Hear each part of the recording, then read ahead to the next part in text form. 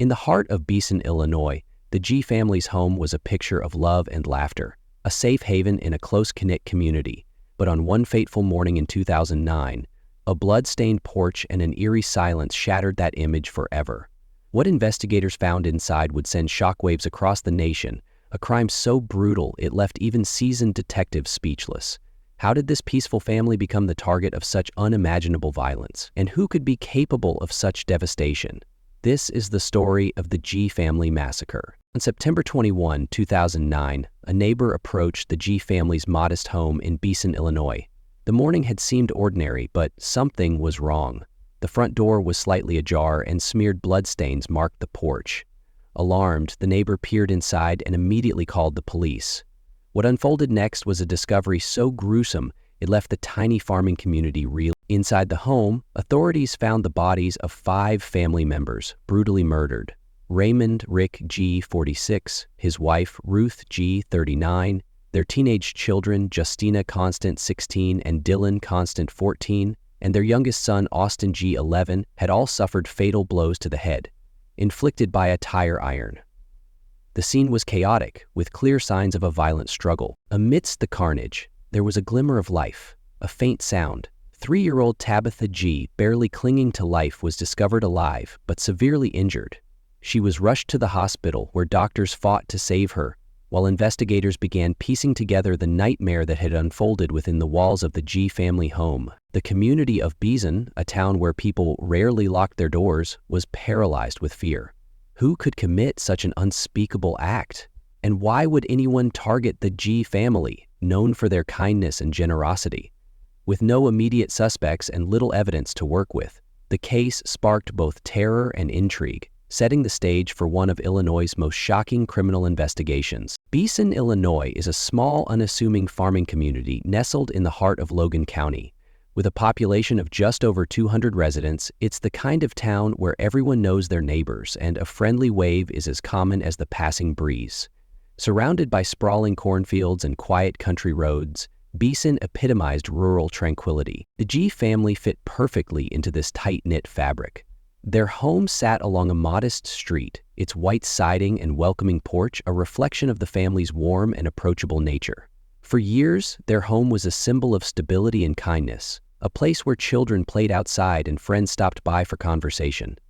The community itself was a tapestry of hard-working families, bound together by shared traditions and trust. In Beason, locks on doors were often an afterthought. Crime was rare, and the biggest concerns revolved around the weather or the latest harvest. But this sense of security was shattered on September 21, 2009. That day, the town's quiet existence was interrupted by flashing police lights, and a nightmare no one in Beason could have anticipated. Beason, Illinois was the kind of town where time seemed to move a little slower. With a population of just over 200, it was the epitome of small-town America, a place where neighbors waved as they passed by, where doors were left unlocked, and where a sense of safety was part of daily life. Nestled amidst vast farmland and open skies, Beason thrived on simplicity and close connections. Generations of families lived side by side, sharing not just streets, but stories, celebrations, and hardships. The G family was no exception to this fabric of community life. Rick and Ruth G were well-respected and widely known for their kindness and generosity.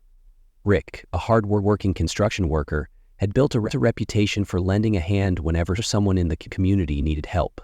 Ruth, a stay-at-home mother, was often described as nurturing and devoted, pouring her energy into creating a loving environment for her blended family. Their children were familiar faces in the neighborhood, attending school, playing with friends, and sharing in the rhythm of small-town life. But while Beason's tight community fostered a sense of belonging, it also meant that news, good or bad, traveled fast. Rumors spread easily, and the appearance of anything unusual quickly became a topic of conversation. It was this interconnectedness that made the events of September 2009 all the more shocking. The G family wasn't just a household, they were part of the town's identity, and the crime that befell them didn't just devastate their relatives, it left an entire community grappling with fear, confusion, and an overwhelming sense of betrayal. Before tragedy struck in September 2009, the G family was the heart of Beason, Illinois, a small rural community where neighbors were friends and life was simple. The family's home sat just outside the town center, a modest house on a quiet road surrounded by fields that stretched to the horizon. It was the kind of place where the sound of children playing and the hum of tractors were part of daily life, and the G's fit seamlessly into this picture of tranquility. Raymond Rick G., 46, was a man who carried his responsibilities with quiet pride. As the owner of a construction business, Rick worked tirelessly to provide for his family. He was known for his hands-on approach to everything, whether it was managing his crew, fixing up the house, or lending a hand to a neighbor in need. Rick had a no-nonsense demeanor, but those who knew him best spoke of his unwavering loyalty to his loved ones. He wasn't just a provider, he was a protector, the kind of father who ensured his family always felt secure. Beside Rick was his wife, Ruth G., 39. Ruth was a stay-at-home mom, but that title barely scratched the surface of her role. She was the family's heartbeat, organized, loving, and fiercely devoted. Ruth's days were spent juggling the chaos of a blended household, managing school drop-offs, preparing meals, and making sure every birthday and milestone was celebrated with care. Her laughter was infectious, her patience seemingly endless. She had a way of making everyone feel at home, whether they were family, friends, or simply passing through. Together, Rick and Ruth raised 5 children in a household full of love, energy, and the occasional sibling squabble. Justina Constant, 16, was Ruth's eldest daughter from a previous relationship. A teenager with a thoughtful, nurturing spirit, Justina was both an older sister and a second mother to her younger siblings. She had dreams of a bright future, a testament to Ruth's influence as a supportive and encouraging mother. Dylan Constant, 14, was the family's prankster, the kid with the quick wit who could turn any dull moment into a burst of laughter. He had a magnetic personality, the kind of charm that drew people to him effortlessly. Dylan had a knack for adventure and was often seen riding his bike around the neighborhood, his energy seemingly endless. Austin G., just 11 years old, was the quiet thinker of the family. Curious and intelligent, Austin loved exploring the outdoors, often finding treasures in the fields near their home. He had an innocent curiosity about the world and looked up to his older siblings, especially Dylan, who was both his partner in mischief and his role model. And then there was Tabitha, the youngest of them all.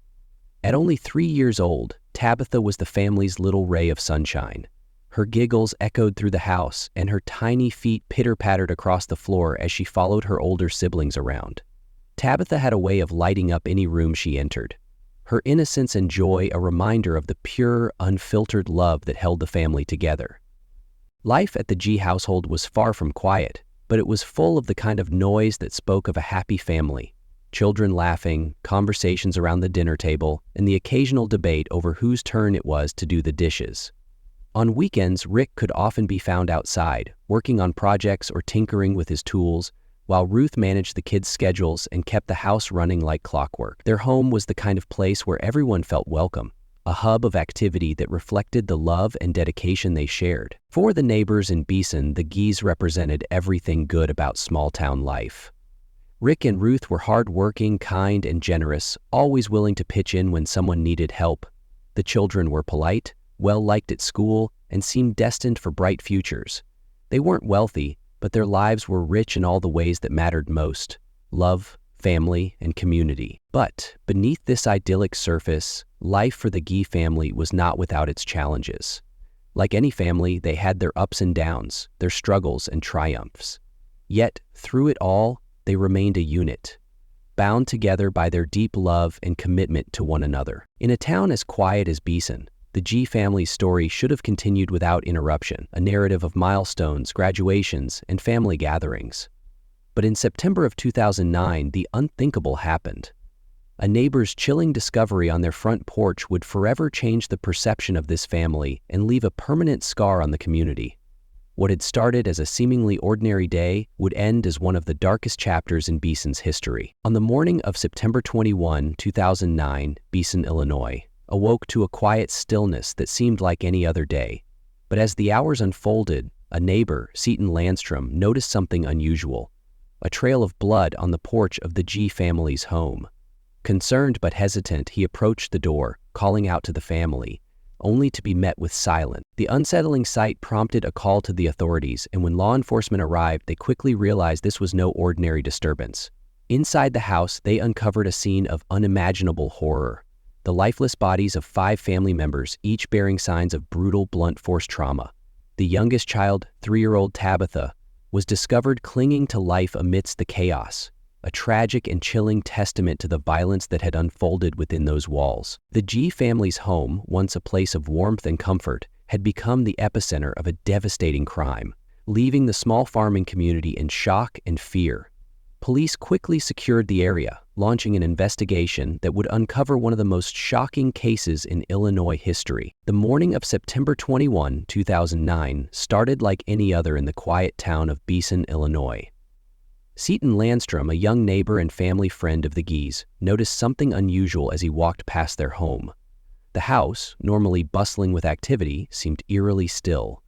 The front door was slightly ajar, and the unmistakable sight of blood smeared on the porch stopped him in his tracks. Concerned, Seton approached cautiously, calling out, "Rick? Ruth? Is everything okay?" His voice echoed unanswered. Hesitant but driven by a gnawing sense of unease, he peered through the open doorway. What he saw made his stomach churn. A chaotic scene of overturned furniture and splashes of red across the walls and floor. Frightened, Seton backed away and called 911. In the call, his voice trembled as he tried to convey the gravity of the situation. "There's blood everywhere. The door's open. I think something terrible has happened," he managed to say. When authorities arrived minutes later, they confirmed Seton's worst fears. The crime scene they walked into was one of unimaginable horror. Rick, Ruth, and 3 of their children, Justina, Dylan, and Austin, were discovered bludgeoned to death inside the home. 3-year-old Tabitha was barely clinging to life. The once warm and welcoming home was now a site of devastation that would haunt the town of Beason for years to come. Seton later described the haunting image of that morning, his voice heavy with guilt. "I wish I'd gotten there sooner. Maybe I could have done something." His discovery would set off one of Illinois' most chilling murder investigations, leaving a community desperate for answers. The nightmare began unfolding on the morning of September 21, 2009, when a young neighbor, Seton Landstrom, approached the G family home. The front porch, normally welcoming, was eerily quiet and smeared with what appeared to be blood. Alarmed, he knocked but received no response. The house was ominously still. Fearing the worst, he dialed 911. When Logan County deputies arrived, they were met with a scene of unimaginable horror. The door was slightly ajar, and inside, the air was thick with the weight of violence. What they found was beyond anything they had ever witnessed. In the living room, the bodies of Raymond, Rick, Guy, his wife Ruth, and 3 of their children, Justina, Dylan, and Austin, were discovered, lifeless and battered. The crime scene told a story of chaos and merciless brutality, of blood-soaked tire iron, evidence of a violent struggle, and signs that the family had been caught entirely off guard. Among the devastation, a flicker of life emerged. 3-year-old Tabitha G was found clinging to life, barely conscious but alive. Her small frame bore the marks of the same unthinkable violence that had claimed the rest of her family. First responders rushed her to the hospital, fighting to save the youngest member of the G family. News of the massacre spread rapidly, shaking the tiny farming community of Beason to its core. Law enforcement immediately secured the area, declaring the house a crime scene and launching a manhunt for the perpetrator. Officers moved swiftly, but the sheer savagery of the crime left one haunting question echoing in everyone's mind. Who could have done this? And why? Amid the unimaginable horror inside the G family home, there was one glimmer of hope: a lone survivor. 3-year-old Tabitha G was found alive amidst the carnage. She was discovered lying unconscious, severely injured but miraculously clinging to life. When first responders arrived, they were met with a harrowing scene: the small child barely breathing, covered in blood, her fragile body bearing the brutal marks of an attack that had spared no one else in her family. She had suffered significant head trauma, likely from the same tire iron used in the murders. The fact that she had survived such a brutal assault was nothing short of miraculous. Tabitha was rushed to the hospital in critical condition. Doctors worked tirelessly to stabilize her, knowing that she had endured severe physical and emotional trauma. Her survival became the center of attention, not just for the investigators, but for an entire community desperate for a semblance of hope in the wake of such devastation. As Tabitha began her slow road to recovery, she faced a unique set of challenges. She was too young to fully comprehend the tragedy that had unfolded around her. The questions she would one day ask about what happened to her parents and siblings would have no easy answers. While Tabitha's physical wounds began to heal, the psychological scars were harder to measure. Investigators and child welfare experts had to decide what was best for her future. After careful consideration, she was placed with extended family members who could provide her with the love and support she needed to rebuild her life. The community rallied around Tabitha, donating funds and offering support to help her navigate a future without her immediate family. Though her privacy was fiercely protected in the years that followed, her story became a symbol of resilience and hope. Today, Tabitha's life remains private, as those around her work to shield her from the media attention that still surrounds the Gee family massacre. Her survival stands as both a heartbreaking reminder of what she endured and a testament to the strength of the human spirit. In a story filled with tragedy, Tabitha Gee is the lone light that continues to shine. When officers arrived at the Gee family home on September 21, 2009, they were greeted by an ominous sight: streaks of blood smeared on the porch and an eerily quiet interior. The front door was ajar, and inside lay a scene that would haunt even the most experienced law enforcement. The living room was in disarray, with clear signs of a violent struggle. Furniture was overturned, and blood splatter patterns painted the walls and ceiling. Each victim was discovered in different areas of the home, and all had suffered severe blunt force trauma to the head and body. The weapon, later determined to be a tire iron, had been used with such force that it left distinct brutal injuries. Raymond Rick Gee, the father, was found in the entryway, his body positioned as though he had tried to shield himself from the attack. Nearby, Ruth Gee lay in a pool of blood, her injuries suggesting she had fought desperately to protect her children. In the bedrooms, the tragedy deepened. Justina Constant, 16, was discovered near her bed, her body bearing evidence of a prolonged and merciless assault. Dylan Constant, 14, was found in another room, his injuries consistent with an attempt to flee or resist his attacker. Austin Gee, the youngest of the three boys at 11 years old, was found huddled in a corner as though he had tried to hide from the chaos. Miraculously, 3-year-old Tabitha Gee was found alive, but gravely injured. She had sustained severe head trauma, but her survival was nothing short of remarkable. The sight of the toddler, unconscious and barely clinging to life, left first responders shaken. Forensic investigators meticulously documented the scene, noting the tire iron's impressions in the victim's injuries, blood patterns that indicated the sequence of the attacks, and footprints left in the blood that would later play a crucial role in identifying the killer. The sheer brutality of the crime made it clear that this was no random act. The killer had moved through the house with calculated violence, targeting each family member one by one. The community of Beason, once a peaceful and trusting place, now faced the chilling realization that someone capable of such horror could be among them. The next step for investigators was clear: to find out who had committed this atrocity and why. But as they began to piece together the evidence, a name would surface, one that no one in Beason could have imagined. Beason, Illinois, was a place where doors were left unlocked, where neighbors exchanged waves from their porches, and the idea of violent crime felt almost foreign. But on September 21, 2009, that illusion of safety was shattered. News of the massacre spread like wildfire, leaving the community reeling. Residents who had once felt secure in their small town were now gripped by fear. Parents kept their children close, schools went into heightened alert, and local businesses saw a significant drop in foot traffic. The once bustling streets of Beason became eerily quiet as people huddled in their homes, unable to comprehend how such a tragedy could strike so close to home. Shock turned into speculation. Neighbors whispered theories about the motive behind the murders. Was it a random act of violence? A personal vendetta? Everyone knew the Gee family: Rick, the hardworking father, Ruth, the kind-hearted mother, and their children, each with their unique personalities. It was unfathomable to imagine anyone wanting to harm them. Local authorities urged residents to remain calm, but the unease was palpable.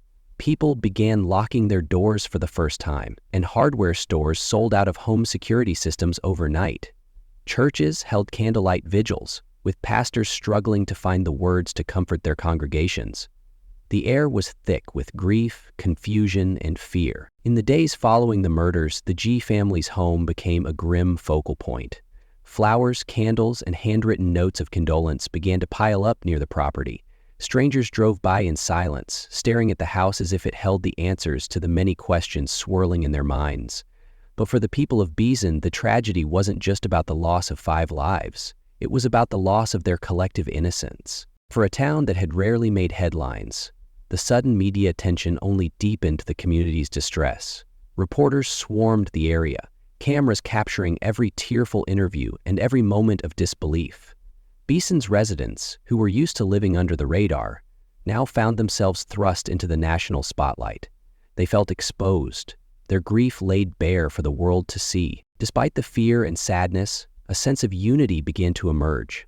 The community rallied around Tabitha, the sole survivor of the attack. Fundraisers were organized to support her recovery, and volunteers worked tirelessly to provide meals and emotional support to those closest to the tragedy. In the midst of their darkest hour, Beason's residents clung to one another, determined to find strength in their shared sorrow. But the looming question remained: who could commit such a heinous act, and why?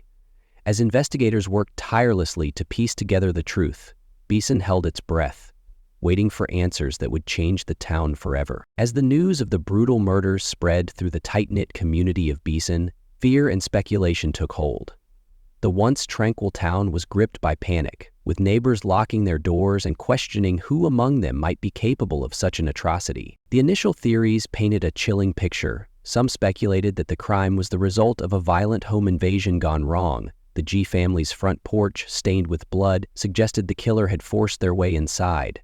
But something about the sheer brutality of the crime, 5 lives taken with a tire iron, hinted at a deeper, more personal motive.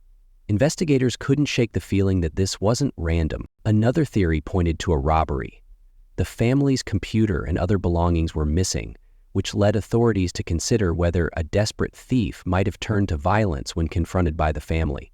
Yet, as investigators combed through the scene, it became clear that the level of rage in the attack didn't align with a simple robbery. This was no opportunistic crime. Then came whispers of a grudge, a theory that resonated with the community's sense of disbelief. Could someone have held a vendetta against the Gees, a family known for their kindness? Their lives seemed free of conflict, but as detectives would soon learn, appearances can be deceiving. They began looking into relationships, from past acquaintances to family connections, searching for someone with a reason to harm the Gees. The town watched with bated breath as law enforcement worked tirelessly to piece together the puzzle. Forensic teams scoured the scene for evidence, hoping that a single clue, a footprint, a fingerprint, a stray fiber, might point them toward the truth. And in those tense early days, one question loomed over Beason like a dark cloud. Was the killer still among them? Unbeknownst to the town, the truth would lead them closer to home than anyone could have imagined. The investigation into the G family massacre began with little to go on. The crime scene offered chilling evidence of the violence that had unfolded. A house left in disarray, blood splattered across walls and floors, and the lifeless bodies of 5 family members.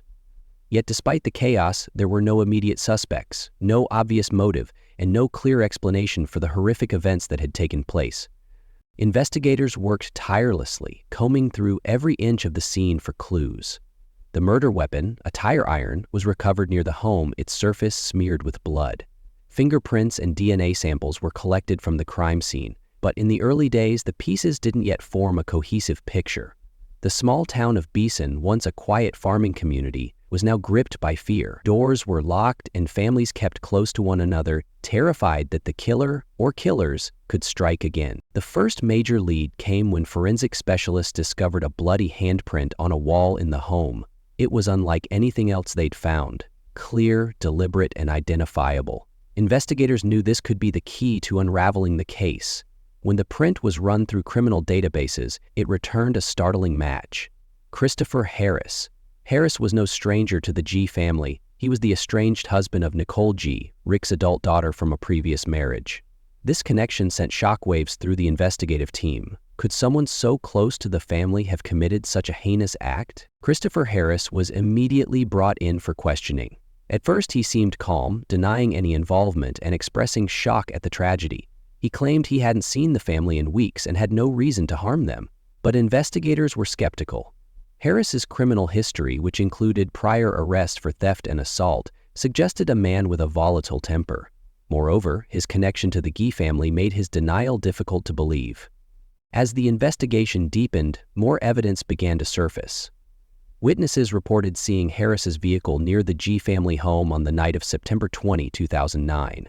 This was a critical detail, placing him at the scene around the time the murders were believed to have occurred.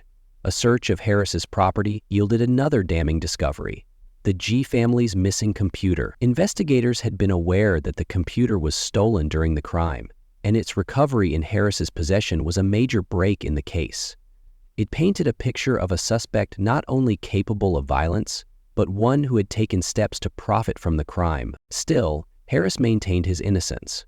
When pressed about the evidence, he grew defensive and offered an unusual explanation. He claimed that the real killer was Dylan Constant, the Gee family's 14-year-old son. According to Harris, Dylan had flown into a violent rage, attacking his family with the tire iron.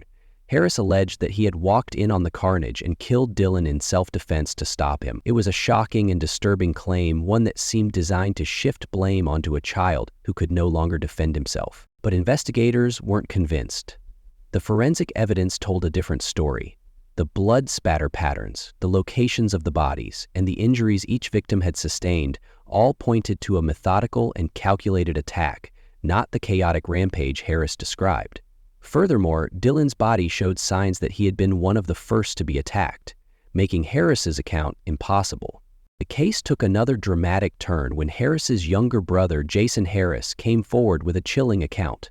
Jason revealed that he had been with Christopher on the night of the murders. The two had spent the evening drinking and using drugs before Christopher decided to visit the Gee family home. Jason admitted that he had stayed in the car while Christopher entered the house, but the screams he heard from inside left no doubt about what was happening. "I didn't stop him," Jason confessed. "I didn't know how." Jason's testimony provided crucial corroboration for the evidence against Christopher Harris. It established a timeline, linked Harris to the scene, and offered a motive. Harris had a long-standing grudge against the family, fueled by his turbulent relationship with Nicole and exacerbated by substance abuse. The prosecution now had a compelling case.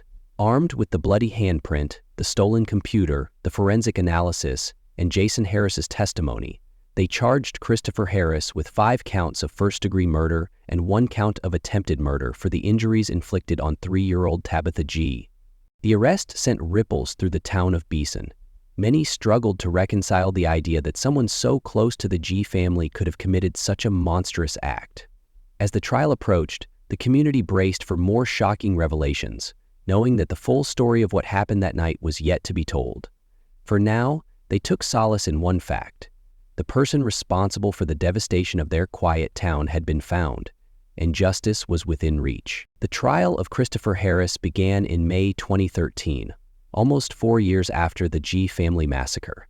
Prosecutors faced the daunting task of piecing together a case that left little room for doubt in the jury's mind. Harris stood accused of 5 counts of first-degree murder and 1 count of attempted murder for the near-fatal injuries inflicted on 3-year-old Tabitha Gee. The courtroom was packed with family members, neighbors, and community members who had waited years for justice. Prosecutors meticulously laid out their evidence, starting with the forensic findings. A bloody handprint matching Harris's fingerprints was discovered at the crime scene. The print, found on a door frame, placed him inside the house during the time of the murders. Additionally, a shoe print consistent with Harris's footwear was found in the blood on the floor, a damning piece of evidence tying him directly to the horrific events. The prosecution also introduced testimony from Harris's younger brother, Jason Harris. Jason told the court that Christopher had been drinking heavily the night before the murders and had used drugs, painting a chilling picture of an unhinged man capable of committing such a crime. He revealed that Christopher admitted to going to the Gee family home, claiming he only intended to confront Dylan Constant about an ongoing dispute. But as Jason's testimony continued, it became clear that confrontation escalated into unimaginable violence. Christopher Harris's defense, however, offered an alternative narrative that shocked the courtroom. They argued that it wasn't Harris who committed the murders, but 14-year-old Dylan Constant. According to Harris's attorneys, Dillon had snapped, attacking his family with a tire iron, and Harris had killed Dillon in an act of self-defense after stumbling upon the scene. The defense pointed to evidence of Dillon's troubled behavior, attempting to redirect suspicion away from their client. The prosecution countered this claim by emphasizing the brutality of the crime.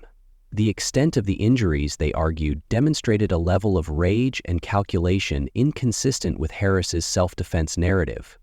Expert witnesses testified that the wounds on each victim were inflicted by the same weapon and displayed no signs of a struggle indicative of self-defense. As the trial progressed, the emotional testimony of Ruth G's family members brought the courtroom to tears. They spoke of the family's loving nature, their struggles, and their enduring hope for justice. The surviving daughter, Tabitha, was spared from testifying, her voice represented through those who had cared for her during her recovery. The trial, which lasted nearly a month, kept the community on edge. The question loomed: would the jury believe Harris's claims of self-defense, or would the evidence be enough to convict him for one of the most heinous crimes in Illinois history? The defense painted a shocking and unconventional narrative in the courtroom. Their argument was centered on Christopher Harris not as a cold-blooded killer, but as an unwilling participant in a horrific situation. According to Harris's defense team, the true instigator of the massacre was not Christopher, but Dillon Constant, the 14-year-old son of Ruth G. They claimed Harris walked into the G household that night to find Dillon in the middle of a murderous rampage.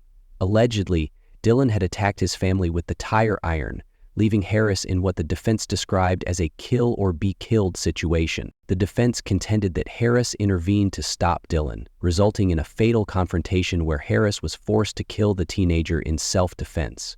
They argued that Harris's actions, though gruesome, were a desperate attempt to protect himself and possibly others. To bolster their claim, the defense pointed to Dillon's troubled behavior. They suggested a history of outbursts and hinted at potential psychological issues, though they failed to produce substantial evidence to back these assertions. Harris's attorneys also sought to explain the forensic evidence against him. The bloody handprint, they argued it was left behind as Harris struggled to defend himself. The missing items, including the family's computer, the defense speculated that Harris might have taken them in a state of shock and panic, acting irrationally after witnessing the horrific scene. It was a bold strategy, one that sought to redirect suspicion away from Harris and onto the very family he was accused of destroying. But as the prosecution would later show, the evidence painted a much different and far darker picture of what truly happened in the G household that night. The prosecution's case against Christopher Harris was built meticulously, relying on both physical evidence and eyewitness testimony to dismantle the defense's narrative. Each piece of evidence painted a grim picture, one that pointed directly to Harris as the perpetrator of the horrific massacre. 1. The bloody handprint. The most damning piece of evidence was a bloody handprint found at the scene of the crime. Forensic analysis confirmed that it was an exact match to Christopher Harris. This handprint placed him squarely in the G family home on the night of the murders, directly contradicting his initial claims of innocence. 2. Shoe prints and blood. Investigators discovered shoe prints leading from the crime scene. The prints matched the unique pattern of Harris's footwear, further tying him to the scene. The prosecution emphasized that the position and movement of the prints indicated Harris had moved through the home during the brutal attack. 3. The tire iron. The murder weapon, a tire iron, was recovered with traces of blood and DNA from multiple members of the G family. While Harris admitted to being at the home, he claimed he acted in self-defense against 14-year-old Dillon Constant, whom he accused of attacking the family. However, forensic evidence undermined this claim, showing that the victims were attacked with such force that it indicated premeditated intent, not self-defense. 4. The stolen computer. Harris was found in possession of the G family's missing computer, discovered during a search of his vehicle. The prosecution argued this was a blatant attempt to remove evidence and perhaps even stage a robbery to divert suspicion from himself. The discovery of this item linked Harris to the crime in a way he couldn't explain away. 5. DNA evidence. Blood from multiple victims was found on Harris's clothing, further disproving his narrative. The pattern of blood spatter was consistent with someone who had been directly involved in the attacks.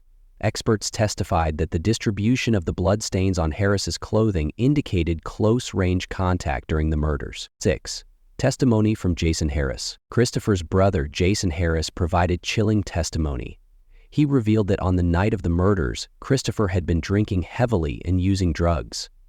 Jason admitted he accompanied Christopher to the G family home, but claimed he stayed outside while Christopher entered.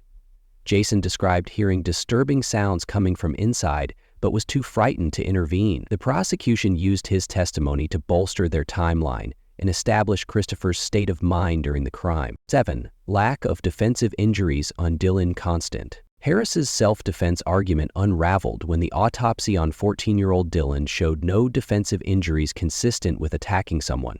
Instead, Dylan's wounds suggested he had been ambushed and overpowered.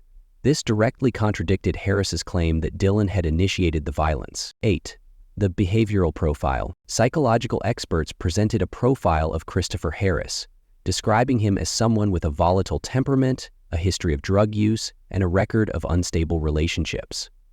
The prosecution argued that Harris's troubled history, coupled with his substance abuse, contributed to the uncontrollable rage that led to the massacre. Closing argument on evidence. The prosecution emphasized that each piece of evidence pointed to one conclusion. Christopher Harris acted with deliberate intent. His efforts to stage the crime scene, the overwhelming physical evidence, and the forensic findings left no reasonable doubt about his guilt. They argued that the massacre was not a spur-of-the-moment act, but a calculated and senseless act of violence. This comprehensive presentation of evidence would prove critical in securing Harris's conviction and delivering justice for the G family. In May 2013, the trial of Christopher Harris began, drawing widespread attention as the harrowing details of the G family massacre came to light. The prosecution presented overwhelming evidence that painted a chilling picture of Harris's actions on the night of September 20, 2009. The bloody handprint left at the scene matched his fingerprints, and the G family's stolen computer, found in his possession, further linked him to the crime. Testimonies from forensic experts and Harris's own brother, Jason, cemented the case against him. Harris's defense argued that he had walked in on 14-year-old Dylan Constant attacking his family and that Harris acted in self-defense. They claimed that Harris killed Dylan in a desperate attempt to stop the slaughter. However, forensic evidence contradicted this version of events. Blood spatter patterns, injuries sustained by the victims, and the timeline of events suggested a premeditated and methodical attack. The jury was shown the brutal nature of the murders. 5 innocent lives bludgeoned with a tire iron. Adding to the weight of the evidence, Jason Harris testified that Christopher had confessed to him, admitting his involvement in the murders after a night of heavy drinking and drug use. Jason's testimony provided insight into Christopher's mindset, further dismantling the defense's claims. After weeks of emotional testimony and chilling evidence, the jury reached their decision. On May 31, 2013, Christopher Harris was found guilty on all counts, including 5 counts of first-degree murder and 1 count of attempted murder for the injuries inflicted on 3. The judge delivered a sentence that reflected the magnitude of Harris's crimes: 5 consecutive life sentences without the possibility of parole. As the sentence was read, the courtroom fell silent, the weight of justice mingling with the grief of those left behind. For the small community of Beason, the verdict provided some closure, but no solace. The G family was gone, and the wounds left by their loss would linger for years to come. Yet, the conviction ensured that Christopher Harris would never harm another family again. After a tense and emotional trial that gripped the entire community, Christopher Harris faced the full weight of the justice system. In May 2013, after weeks of testimony, including graphic forensic evidence and emotional accounts from witnesses, the jury delivered its verdict.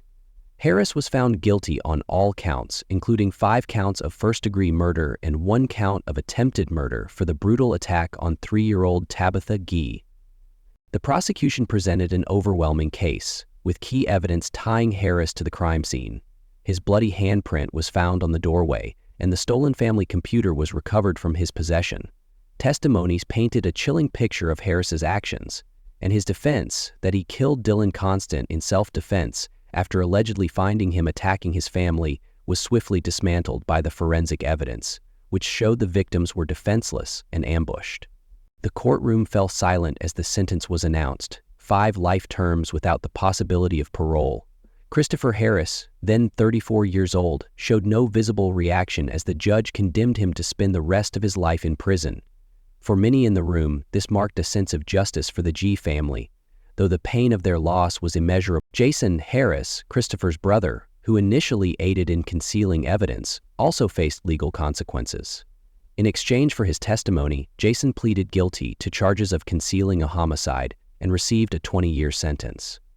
While his role in the crime was less direct, the community viewed his actions as a betrayal that compounded the tragedy. For the G family's loved ones and the town of Beason, the sentencing provided a degree of closure, though the scars of that horrific September day would never fully heal. The case became a grim reminder of how evil can strike even in the most unsuspecting places, leaving a legacy of heartbreak and unanswered questions. Amid the chaos of the investigation and Christopher Harris's looming trial, a new piece of the puzzle emerged that added another layer of complexity to the case. Jason Harris, Christopher's younger brother, became a key figure when prosecutors began piecing together the timeline of the events leading to the G family's brutal murders. Jason initially claimed to have no involvement, but evidence and testimony began to paint a different picture. Cell phone records, witness statements, and his own inconsistent recounting of the night in question raised suspicions that he knew more than he let on. As investigators pressed harder, Jason's role as an accomplice came into focus, not as a direct participant in the killings, but as someone who may have concealed critical evidence after the fact. Facing mounting evidence, Jason ultimately struck a plea deal. In exchange for his cooperation and testimony against his brother, he pleaded guilty to charges of obstruction of justice and concealment of a homicidal death. During his court appearance, Jason admitted to helping Christopher dispose of evidence and failing to report his brother's involvement in the murders. His testimony would prove to be pivotal in securing a conviction against Christopher Harris. As part of the plea agreement, Jason Harris was sentenced to 10 years in prison. While this sentence was significantly lighter than the life terms Christopher received, it was a clear indication of his involvement in covering up the crime. Jason's deal underscored the prosecutor's strategy. They needed his insider knowledge to solidify their case against the man they believed was the true mastermind behind the massacre. For many in the community, Jason's plea deal was a bitter pill to swallow. While it brought clarity to the events surrounding the tragedy, it also left lingering questions about the extent of his culpability. Could he have prevented the murders if he had acted sooner? And how much did he really know about Christopher's plans that night? Jason Harris's plea marked a critical turning point in the case. It provided the prosecution with the leverage they needed to hold Christopher Harris accountable while shedding light on the web of lies and secrecy that surrounded the G family's final hours. However, for those left grieving in Beason, it was yet another layer of heartbreak in a story already steeped in unimaginable loss. Beason, Illinois was a quiet farming town where families left their doors unlocked and neighbors knew each other by name. The Key family, well loved by the community, embodied the values of kindness and togetherness that defined the area. But the events of September 21, 2009, forever changed the fabric of this small town. The discovery of the crime scene spread quickly. Neighbors who had once felt secure in their routines were gripped by fear and disbelief. Parents clutched their children closer, local businesses adjusted their hours, and the community's sense of safety was replaced by uncertainty. For many, the question lingered. Could the person responsible still be among them? Vigils were held in honor of the family, with hundreds gathering to light candles and share stories of Rick, Ruth, and their children. The G family's warmth and generosity had touched many lives. Rick's friends in the construction business spoke of his reliability and dedication, while Ruth was remembered for her unwavering kindness and devotion to her children. The loss of Justina, Dylan, and Austin, each with their own unique personalities and bright futures, was a heavy blow to their classmates and teachers. The presence of the surviving child, Tabitha, became a bittersweet symbol of hope. Though only 3 years old at the time, her recovery was seen as a miracle amid the devastation. Donations poured in from across the state to support her medical care and future, with community members rallying to ensure she would never face the world alone. As the investigation unfolded and Christopher Harris was identified as the killer, shock turned into anger. Many in the town had known him casually, adding another layer of betrayal to the tragedy. The trial, heavily covered in the media, drew renewed attention to Beason. forcing its residents to relive the trauma. In 2014, the G family home was demolished. For some, watching the house torn down was like closing a painful chapter. For others, the empty lot served as a haunting reminder of the lives lost. The town moved forward, but scars remained. Invisible and tighter security measures, hushed conversations about the murders, and the lingering sadness at community gatherings. The G family massacre not only reshaped Beason's identity, but also left an indelible mark on its people. It became a cautionary tale whispered to children about the fragility of trust, a grim reminder that even the closest communities are not immune to unthinkable tragedy. When authorities entered the G family home on September 21, 2009, what they found was beyond anything the small community of Beason, Illinois could have imagined. The brutal murder of 5 family members painted a chilling scene of violence. But amidst the devastation, a faint and miraculous discovery was made. 3-year-old Tabitha G., the youngest member of the family, was found alive. Tabitha had been viciously attacked, just like the rest of her family. Her injuries were critical, a fractured skull and severe head trauma from the same tire iron used to kill her parents and siblings. Yet, against all odds, she clung to life. Barely conscious, her survival was an anomaly that baffled paramedics and investigators alike. The child was rushed to the hospital, her fragile body fighting to overcome injuries that would have killed many others. Doctors immediately placed Tabitha in critical care. For days it was uncertain whether she would survive. Her skull fracture was severe, requiring meticulous monitoring and intervention. Surgeons worked tirelessly to stabilize her, and the medical team kept her sedated to give her brain the best chance to heal. The community of Beason, reeling from the shock of the murders, turned their focus to the little girl, who had miraculously escaped death. Vigils were held, prayers were whispered, and a collective hope emerged that Tabitha would survive and one day find peace. While Tabitha lay in the hospital, investigators worked around the clock to understand what had happened in the G household.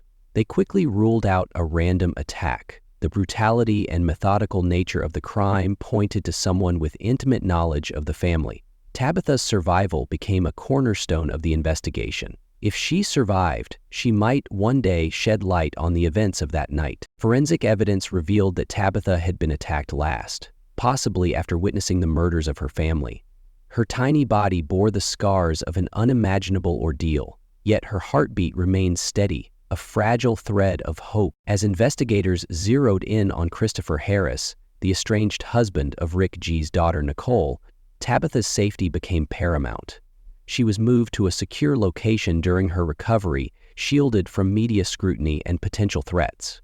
The legal battle that followed became one of the most high-profile cases in Illinois, and Tabitha's role in it, though indirect, was pivotal. Despite her young age, Tabitha's name appeared in court documents and media coverage. Prosecutors highlighted her survival as a testament to the brutality of the crime and as a symbol of resilience. However, her guardians ensured that Tabitha would never have to relive the trauma in a courtroom or in the public eye. She was protected, her privacy fiercely guarded, to allow her to heal both physically and emotionally. Tabitha's recovery extended far beyond the hospital walls.